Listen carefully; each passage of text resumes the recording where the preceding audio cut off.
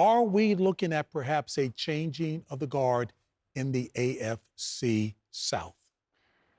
For sure. I think when you look, what do you think? I think so. I think when you look at the Houston Texans and how they have played to start the season, specifically on the offensive side of the ball, it was a concern last year, even when they won the division and went to the playoffs and had a good playoff win. Their offense was a concern the entire year. Their offensive line play has been horrible to start. Horrible to start the season. The defense has played pretty well. Yeah. But Indy is a different football team. Indianapolis with Daniel Jones. Point to a weakness right now that they have on their team. Let's see. Let's go down the Brent Musburger checklist. Let's go. Quarterback. Quarterback. Damn good. He's played damn good so Running far. back. One of the best in the league. Jonathan Taylor's excellent. And the offensive line, from a run blocking standpoint, is very, very good. Keep going. Hey, pass catchers, and that's wide receivers and tight ends. Listen, they beat you with depth. They beat you with depth, not with individuals. Tyler Warren at the tight end position. Michael Pittman Jr. You've got Josh Downs. Alec Pierce can go over the top. They've got multiple guys that can catch the football. Keep going. Defense, been excellent. Lou Anarumo coming over there as defensive coordinator, creating energy, physicality. You talk about the front four. DeForest Buckner, one of the most underrated players in the league. Very good linebacking core. We've seen some really good play in the back end. Kenny Moore with the pick six today. Excellent player, really good at the nickel position. Keep going. Intangibles. Well, that's the one thing.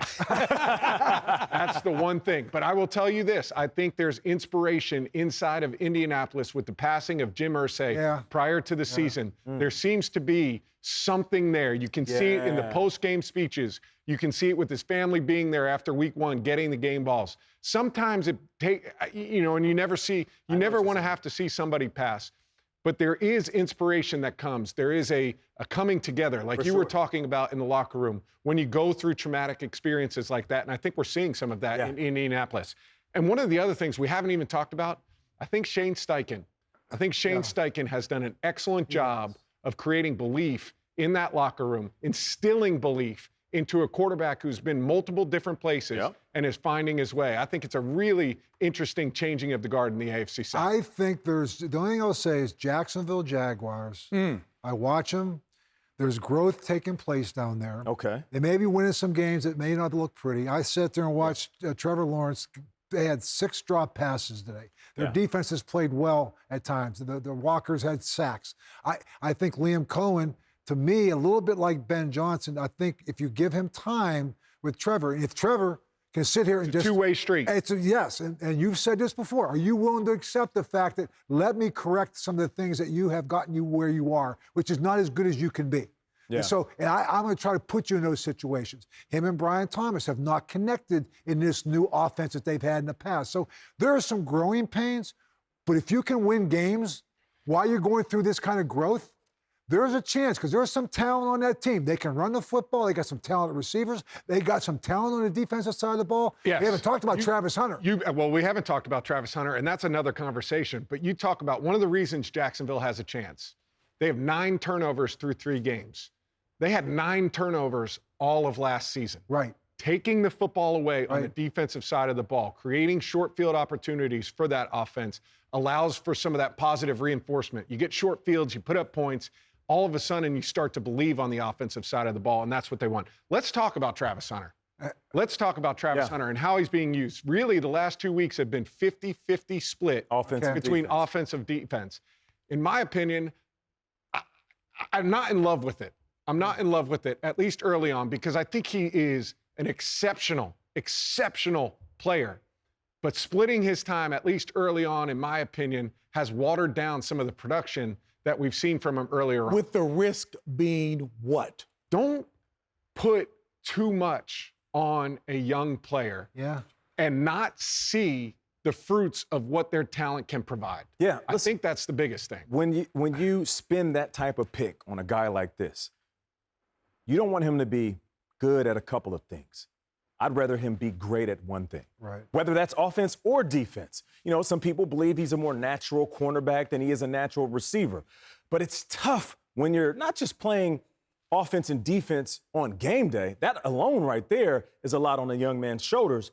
But what happens during the week when you have to prepare for one of the best receivers that you might be facing? But then on the flip side, you're trying to prepare for the offensive game plan that could be fluid depending on how your coach decides to go about it week in and week out. I just feel like it's not just physical, it's also this mental load that you're putting on this young guy. And right now, listen, he's playing good. And what he's doing 100%. is We're not one taking hell of an accomplishment. Yes. But the reality is, I think he could be making more of an impact on a game-to-game basis if he focused on one side. Hey, before Coach says that, just for factual information, if you will, today was the first time that he played more snaps on the defensive side of the ball than on the offensive side of the ball. But I hear you guys well, and maybe this is just a theoretical topic I'm throwing out here. Just because he can doesn't mean he should. Right. Well, it's to me, I think we get him back on offense when that offense is in track. I think that offense is still trying to find its way. Yes. And I think putting him in there just makes it one more element that's going to be, Trevor, I got to get him involved. So I almost would pull him back from the offense so the offense can find their own footing. Yes, then again, you see the drops today, and you're like, maybe he should be on the offense. Maybe he's on the offensive side of the ball. He doesn't drop too many balls when they're thrown to him. I think I agree with you, Coach, because I like the idea of finding your identity if you're the Jacksonville Jaguars offense, and then letting him complement your identity with a package, with some gadgets. I love getting him touches on that offensive side of the ball, but I want him to become a lockdown corner. The turnovers. We're turning the football over in Jacksonville. Put him over there. Let him get some picks. I agree. Let him keep taking that football away. And listen, they're 2-1. Right. Yes. And don't forget about the Jacksonville Jaguars. So that's all I'm saying. All right. You know what? I just look at the talent here with you guys. All of you all played multiple sports coming up as well, going back to Indianapolis. One of your coaching colleagues, Tony Dungy, when you guys were with Kansas City, obviously Super Bowl winning coach in Indianapolis, said that Shane Steichen told him there might be something special going on, perhaps maybe with the passing of Jim Irsay. But he said, you know what? I told Daniel Jones, you've got talent around you, Mr. Point Guard. There's plenty of talent around you. For sure. I just need somebody to be able to get them the ball. Hey, JB. And DJ is doing that. Go check the tape. Daniel Jones could play high school hoops.